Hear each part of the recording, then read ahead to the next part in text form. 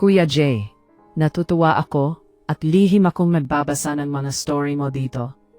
Ako man din ay meron ding nakaraan na kahit medyo matagal na, sariwa pa rin sa isipan ko ang mga nangyari. Hindi ko rin alam kung bakit ko nagawa iyon. Alam ko na may mali, pero dahil sa mahal ko ang asawa ko at nag-aalala ako sa kanya, ginawa ko iyon. Sumunod ako sa gusto niya na may iba akong kasama.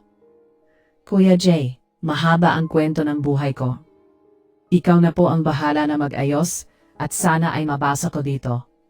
Nakatira kami ng aking asawa sa bahay ng mga magulang niya. Magkatabi lang ang kwarto namin ng kanyang ina at ama. Mababait naman ang aking biyenan kaya wala naman problema sa akin.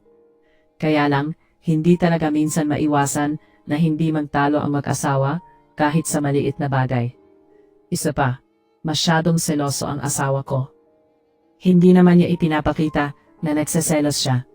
Pero kapag kami na lang dalawa, minsan bago matulog, kung ano-anong paghihinala ang sinasabi nito. Nakikita tuloy ng aking mga biyenan ang pagtatalo namin mag-asawa, na minsan ay nag-aalala din sila. Kuya Jay, ako pala si Monet. Ang asawa ko naman na si Jonas ay nagtatrabaho sa isang malaking hotel and restaurant dati. Madalas pang gabi ang duty nito, kaya madalas din kami ng mag-isa ng anak namin ang natutulog sa aming kwarto. Pagdating naman ng asawa ko ng mga alas 7 ng umaga galing ng trabaho, ako naman ay naghahanda na rin sa pagpasok ko sa aking opisina. Nagtatrabaho ako bilang teller ng hindi naman masyadong kilalang bangko. Rural bank lamang ito. Nagkakasama lang kami ni Jonas kapag day off siya sa kanyang trabaho. Kaya nga sabi ko sa kanya, mag-day off siya kapag Linggo at Sabado, para day off din ako, para naman may oras kaming pareho sa anak namin. Minsan nagkakatagpo, kaya lang madalas hindi dahil pa iba-iba ang schedule ng asawa ko. Hardworking din ito, kaya wala din akong masasabi sa kanya. Wala din siyang mga bisyo tulad ng pag-inom ng alak. Masasabi ko na match naman kami pareho. Kung nagtatalo man kami minsan dahil sa bata, o kaya kapag nagseselos siya. Dahil nga madalas gabi ang kanyang duty, iniisip niya na baka raw nasasadik na ako. Baka raw maghanap ako ng iba. Ang totoo naman, kahit paano namimiss ko rin iyon, pero hindi ko maisip na magagawa ko siyang ipagpalit o maghanap ng iba. Swerte ko na nga sa kanya, at pamilya talaga ang laging iniisip. Isa pa, mapagmahal din si Jonas sa mga magulang niya. Kaya masasabi ko na nasa tamang lalaki talaga ako. Anak, kung ano man ang problema ninyong mag-asawa, pag-usapan ninyo. Huwag ninyong patagalin na kayo ay magsamaan ng loob. Ang sabi sa akin ni Papa, ang ama ng aking asawa. Dahil silang dalawang mag-asawa, kaya tumagal ang pagsasama dahil nagbibigayan sila kung ano ang gusto ng isa't isa. Marahil ay totoo nga ang sabi ni Papa. Lagi rin kasing magkasama ang mag-asawa at lagi silang masaya. Isa pa sa sinabi sa akin ni Mama, ang ina naman ng asawa ko, na kailangan lagi mong pasasayahin ang asawa mo. Ang mga lalaki, kapag maligaya yan, mamahalin ka niya ng sobra. Hindi na yan maghahanap ng ligaya sa iba, dahil sa iyo pa lamang ay kontento na siya. Ang sabi pa ng mama ng aking asawa, sila raw kasing mag-asawa, kahit may edad na, hindi nila kinakalimutan ang paglalambingan at pagtatabi. Dahil ang mga lalaki raw ay nature na nila iyon, kailangan laki silang pagbibigyan para hindi na maghanap ng iba. Isa pa sa hindi ko makakalimutan na sabi ng mama ng aking asawa ay, huwag na huwag kang tatanggi sa asawa mo kapag gusto nito. Iyan ang susi sa magandang pagsasama ng mag-asawa. Sabi pa ulit sa akin, dati hindi ko masyadong maintindihan iyon, pero kalaunan ay nakuha ko rin ang ibig sabihin ni Mama. Dahil iyon din ang nakikita ko sa aking asawa. Minsan kasi pagod din ako sa aking trabaho at wala rin ako sa mood. Kaya kapag nag-aaya ang asawa ko, hindi ko pinapansin. Kaya minsan, iyon din ang nagiging dahilan ng pagtatalo namin. Umiinit ang ulo ng asawa ko kahit sa maliit na dahilan. Na ibabaling niya sa iba ang kanyang inis, Pero ang totoong pinagmulan ay hindi ko siya napagbigyan sa gusto niya. Alanganing oras naman kasi kung kailan, madaling araw at kasarapan ang tulog ko. Kaya minsan, hindi ako kinikibo ng asawa ko. Dahil doon, nakaisip din ako ng paraan. Tulad nga ng madalas na panggabi ang trabaho ng asawa ko, bago ako matulog, nagsesend ako ng mga pictures ko at video na parang inaakit ko siya. Natutuwa siya kapag gano'n ang ginagawa ko. Nagmamadali pa itong umuwi sa umaga para humabol, lalo kapag tulog pa ang anak namin at bago ako pumasok sa aking trabaho. Dahil nga doon, bihira na kami magtalo at tama nga si mama na dapat hindi ako tumanggi sa aking asawa kapag gusto nito. Nabawasan din ang madalas na pagselos nito at naging open na rin kami sa usapan naming mag-asawa kung paano kami pareho mag-e-enjoy. Nakilala ko si Jonas noon nang may pinuntahan akong party ng aking kaibigan. Unang kita pa lang daw niya sa akin noon, nagandahan na siya. Kaya lang pareho pa kaming nag-aaral noon. Naging kami ni Jonas ng 1 taon. Pero after lang ng graduation ko, may nangyari sa amin ng 1 beses. At ang 1 beses na iyon ay nagbunga agad. Wala naman naging problema dahil tanggap naman ng mga magulang ni Jonas ang nangyari sa amin. Lalo na't 2 lang silang magkapatid na parehong lalaki. Gusto talaga nila na mag-asawa na ang mga anak nila para may apo na raw sila habang malakas pa at kaya pa nilang mag-alaga. Kaya na ngayon, kahit may anak na kami, nakakapagtrabaho pa ako dahil nandyan ang mga magulang ni Jonas na nag-aalaga sa apo nila. Madalas nga doon na natutulog ang anak ko sa kwarto ng mag-asawa. Kaya nagkakaroon din kami ng pagkakataon na mag-solo. Lalo na't nagkatagpo ang aming mga day off. Pero nagbago lang ang iyon nang magpasyang mag-abroad ang asawa ko. Sa baba kasi ng sahod niya sa kanyang pinapasukan, nagkakakasya lamang sa pagkain namin sa araw-araw. Hindi man lang kami makabili ng kahit second-hand na sasakyan. Pangarap talaga ng asawa ko yon na mangibang bansa. Kaya sa mga hotel siya pumasok at gusto niya siya sana sa barko. Medyo nalungkot ang mga magulang ni Jonas nang malaman ang desisyon ng anak. Nasa abroad na rin kasi ang isang kapatid nito at kapag umalis pa raw siya, silang 2 na lang dito. Ipinaliwanag naman ni Jonas sa kanyang mga magulang na nandito naman ako at ang anak namin at every year naman ay uuwi siya. Tanggap din nila na ganun talaga ang mangyayari. Maiiwan sila ng mga anak dahil may sarili na rin silang pamilya. Basta anak, kapag may problema kayo, huwag kang magdadalawang isip na tawagan kami. Magsabi ka lang, nandito kami ng papa mo, handang tumulong sa inyo. Sabi ng mama ng aking asawa. Lahat yan ay nadadala sa usapan, dagdag din ng papa ng aking asawa.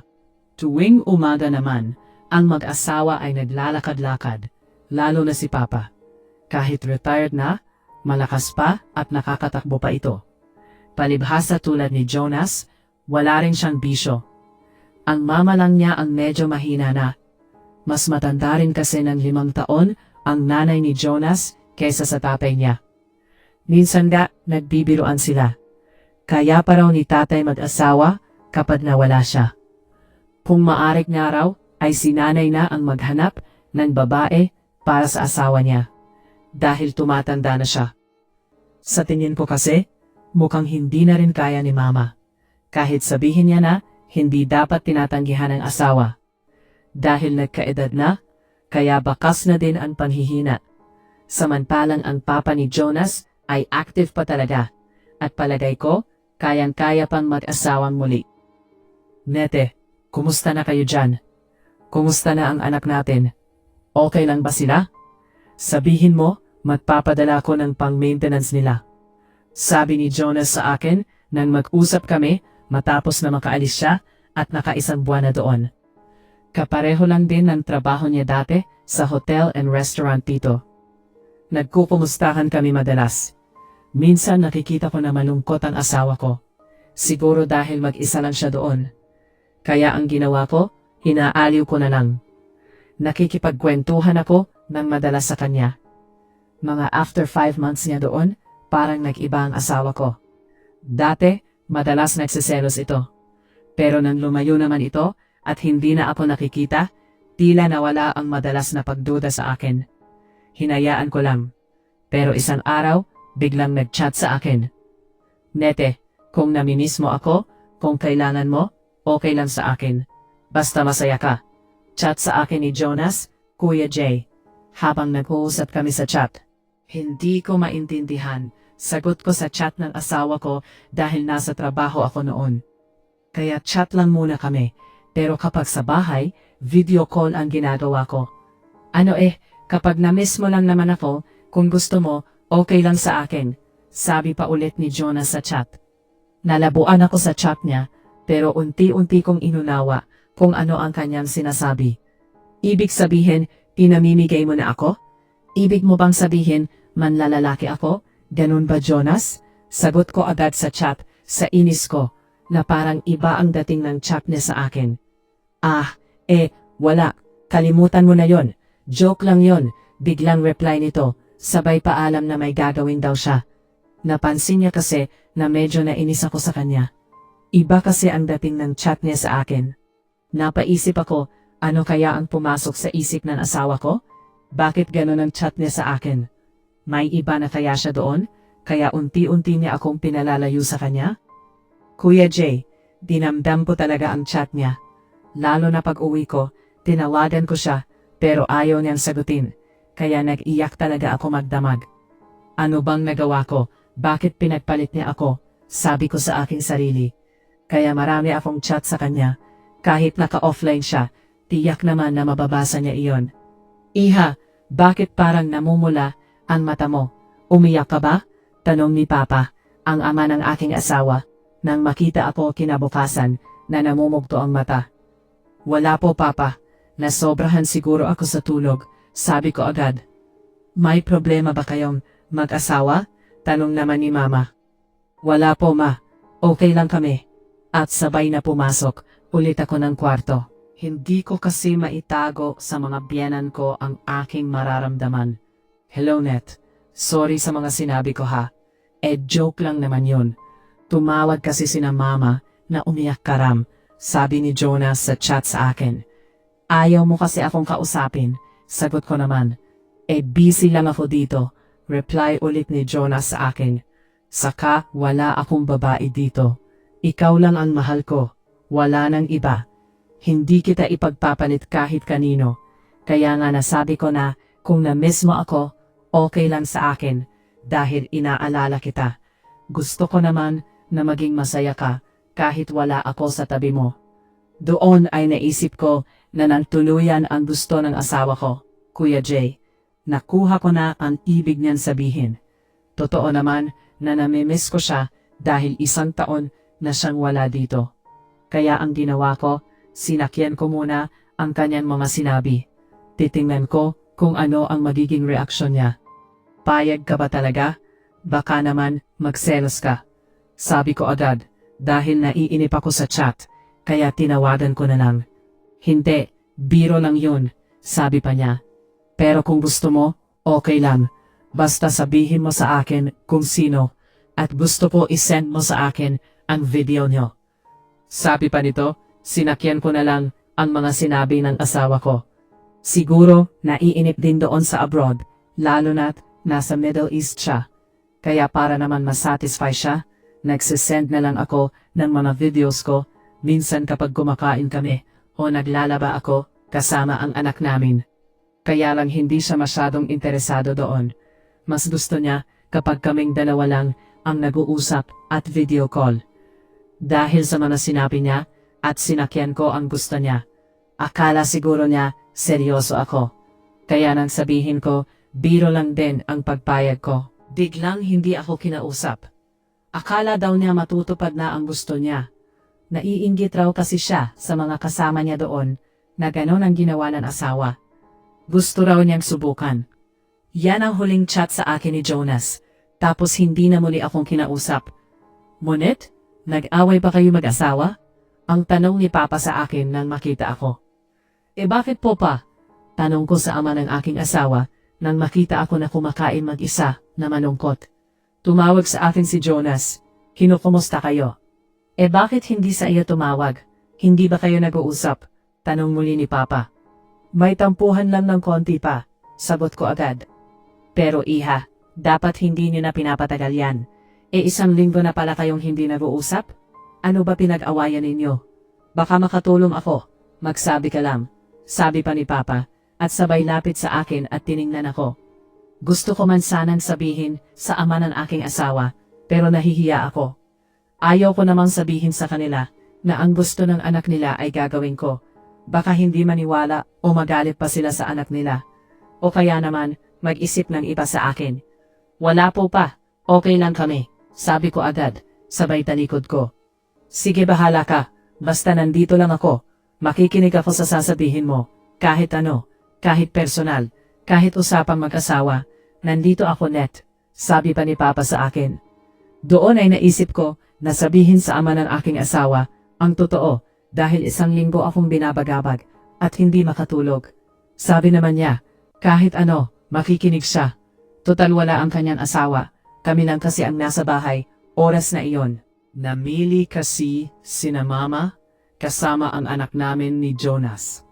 Pa, kung magsasabi ba ako sa inyo ng totoo?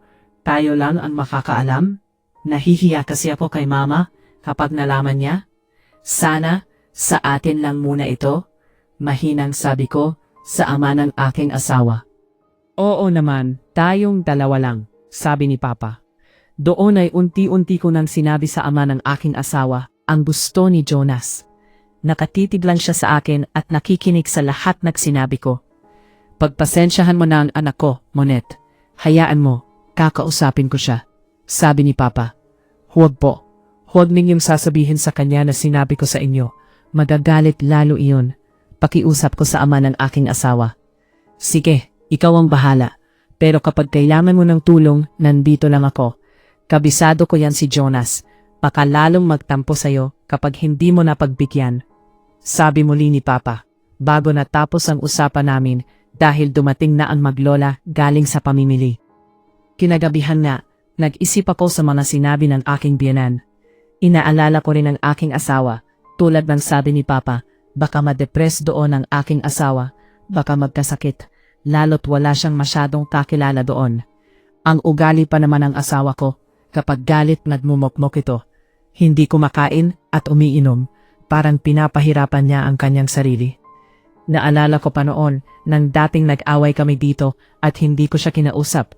At sabi ko, maghiwalay na lang kami, sabay umuwi ako sa mga magulang ko. Ang ginawa niya, nagpadlak sa kwarto, hindi lumalabas at kumakain. Nag-alala sina Mama at Papa sa kanya dahil buong araw na hindi lumabas, kaya pumunta sa bahay ang mag-asawa at kinausap ako na bumalik na. Sumama naman ako at kinausap ko si Jonas. Doon lamang ito lumabas ng kwarto at kumain. Kaya simula noon, laging nag-aalala ang magulang niya kapag nagtatalo kami, kaya madalas ako ang umuunawa sa aking asawa. Doon nga napag-isip ko na kawawa naman si Jonas doon, baka magdasakit dahil hindi kami nag-uusap. Baka kung ano ang maisip na gawin doon, ayoko naman na mapahamak siya doon, kaya nakabuo ako ng plano. Kumusta ka na? Payag na ako sa gusto mo. Ang totoo na mimiss na talaga kita, sabi ko sa aking unang chat kay Jonas. Agad-agad naman nag-reply ito. Okay lang ako. Nasa work ako ngayon kaya busy ako. Sorry ha, hindi kita masyado nakausap, reply ni Jonas. Sabi ko na nga ba, magre-reply agad ito kapag tungkol doon sa gusto niya ang sasabihin ko. Kapag kasi iba ang chat ko, hindi sumasagot. Mamaya after ko dito, mag-usap tayo. Tawagan kita ha, sabi pa sa chat na mukhang excited sa balita ko. Pero ang totoo, wala naman talaga akong ganun na gagawin. Gusto ko lang na mag-usap kami para malaman ko kung okay lang siya. Kinagabihan nga, masaya ang asawa ko na tumawag. Nag-usap kami, nagkumustahan. Nagsabi rin na magpapadala siya ng pera, kinabukasan, para sa allowance ng anak namin, saka para daw sa akin. Bumili raw ako ng mga gusto ko. Iyon din naman talaga ang hinihintay ko, kaya gusto ko siyang makausap. May mga bayarin kasi sa school, ang anak namin, saka ako may gusto din akong bilhin, kaya lang Kulang naman ang sahod ko sa aking trabaho. Natuwa pa ako dahil ang buong sweldo niya sa isang buwan ang ipapadala niya raw. Sa isip ko, malaki-laki din yun. Makakapag-saving pa ako. Hindi ko alam pero tuwang-tuwa talaga siya sa balita ko na payag na ako kahit hindi naman totoo. Isa pa, sino namang lalaki ang aalokin ko? Basta kapag may nakita ka na, magsabi ka sa akin at sana yung hindi tayo kilala para walang maging problema. Sabi pa ni Jonas bago kami natapos ng usapan. Saan naman ako kukuha ng ganon, lalo't hindi ko kilala? Mas mahirap yon kung pupulot ako kung saan-saan. Doon pumasok sa isip ko ang ex-boyfriend ko. Siguradong papayag yon. Kaya lang, naalala ko, nasa ibang bansa rin pala ang lokong iyon. Kung mga pasama ko naman sa trabaho, wala din. Halos lahat kami, babae doon. Si Manong guard lang ang lalaki sa amin. Pero pwede na rin yun. Sabi ko sa isip ko, tutal, madalas na pasaringan ako ng lokong mamang gwardya na iyon. Alam ko, sa mga tingin niya sa akin, na gusto niya ako. Kinabukasan, muli nagtanong si Papa sa akin. Nete, kumusta? Nag-usap na ba kayo ni Jonas? Nang makita ako, kinabukasan, napapasok na sa aking trabaho. Opo pa, kagabi po, nag-usap na kami, okay naman siya. Ano, napag-usapan na ba ninyo ang problema ninyo saka ang gusto ng asawa mo? Hindi pa ho pa, pero pag-iisipan ko po. Ganun ba? Basta kung may kailangan ka, nandito lang ako. Baka lalong magtampo yun sa iyo, ang anak ko. Sabi pa nito sa akin. Kaya habang naglalakad ako papasok sa trabaho, iniisip ko kung paano ko kakausapin ang guard namin. Pero buo na sa isip ko, siya na lang ang aalukin ko. Pero mukhang hindi sumang-ayon sa akin ang panahon, Kuya Jay. Good morning po ma'am, bati sa akin ng gwardyang babae. Doon ko nalaman na umuwi pala ng province si Manong dahil may namatay daw sa pamilya. Kinagabihan naman, nag-chat muli ang asawa ko, nagtatanong kung meron na raw ba. Sabi ko, wala pa. Nang sinabi ko iyon, hindi na nag-reply ulit. Kaya ang ginawa ko, natulog na lang din ako hanggang kinabukasan. Hindi nag-chat sa akin, nagtampo na naman, sigurado iyon. Paglabas ko ng bahay, kinabukasan bago ako pumasok, nakita ko si Papa, ang ama ng aking asawa, nagpuputol ng mga sanga ng kahoy na sumobra na sa bakod ng bahay. Nakita ko na pawis ito, pero kayang-kaya pa niyang sibakin ang malaking puno ng mangga sa harapan ng bahay nila. Umakyat pa ito at doon sa sanga umupo at nagputol. Ang lakas pa talaga ng biyanan ko kahit may edad na, sabi ko sa aking sarili. Kaya habang muli akong naglalakad papasok ng opisina, Kuya Jay, nabuo na sa isip ko kung sino ang aanukin ko para pagbigyan ng mga sinabi ng aking asawa na nasa abroad. Mahal, may nakita na ako, meron na, chat ko sa aking asawa pagdating ko ng office. Hindi naman nagtagal, nag-reply agad ito. Talaga? Sino? Okay na ba? May video ka na ba? Sunod-sunod na chat sa akin. Wala pa, basta chat kita kapag okay na. Tapos isend ko ang video sa iyo. Sabi ko sa aking asawa. Maghapon na ay panay ang chat namin ng asawa ko. Tuwang-tuwa ito sa balita ko. Pero ang totoo, sa isip ko pala niyon, nagdadalawang isip pa ako at iniisip ko kung paano ko uumpisahan na sabihin. Pero pag uwi ko ng bahay, sakto wala si mama. Kasama na naman ang anak namin, pumunta raw ng birthday party ng classmate ng anak ko. Naabutan ko si Papa na nakaupo at nagkakape. Iha, dumating ka pala. Kapag gutom ka na, kain na lang dyan. May lutong ulam sa ref. Hindi na kasi kami nagluto eh. Gabi na uuwi yung maglola. Tapos ako, busog naman, sabi ng ama ng aking asawa. Busog din po ako pa, sagot ko naman. May sasabihin sana ako sa inyo. Mahinang sabi ko sa ama ng aking asawa. At agad din naman na humarap sa akin at hinintay ang sasabihin ko. Doon nga ay dahan-dahan ko na sinabi at ipinaliwanag sa ama ng aking asawa ang lahat ng gusto ng kanyang anak na aking asawa. Kung iyon ang paraan para makatulong ako sa inyong mag-asawa, Bakit hindi? Sabi ko naman sa'yo, nandito lang ako. Sagot ng ama ng aking asawa. At nakita ko na nakangiti rin ito habang nagsasalita. Marahil naiisip din niya na makakatulong siya sa kinakaharap ko na problema. Kaya agad akong pumasok sa kwarto namin mag-asawa at binuksan ko ang kamera ng aking cellphone habang nakatutok sa higaan. Doon na ay tinupad ko ang gusto ng aking asawa. Tulad ng sabi niya, ginawa ko nga ang lahat. Tiyak na hindi na siya maiinggit sa mga kasama niya sa trabaho na meron ding asawa na ganun ang ginagawa. Salamat pa, natulungan mo kami sa aming problema. Tiyak na matutuwa si Jonas kapag nakita na iyon, sabi ko kay Papa, habang palabas na ito ng pinto ng kwarto namin. Okay lang iha, basta magsabi ka lang kapag kailangan mo. Nandito lang ako, huwag kang mahiya. Pahabol pa ni Papa habang masayang palabas ng pinto. Sigurado na hindi na magtatampo ang asawa ko dahil bukas din isesend ko agad ang video ko na narecord ko. At dahil wala pa ang anak ko at lola niya, sinamantala ko na rin ang pagkakataon muli kung tinawag ang ama ng aking asawa at nagkwentuhan pa muli kami. Sana nga lang matuwa si Jonas sa ipapadala ko na video sa kanya at hindi na ako awayin pa.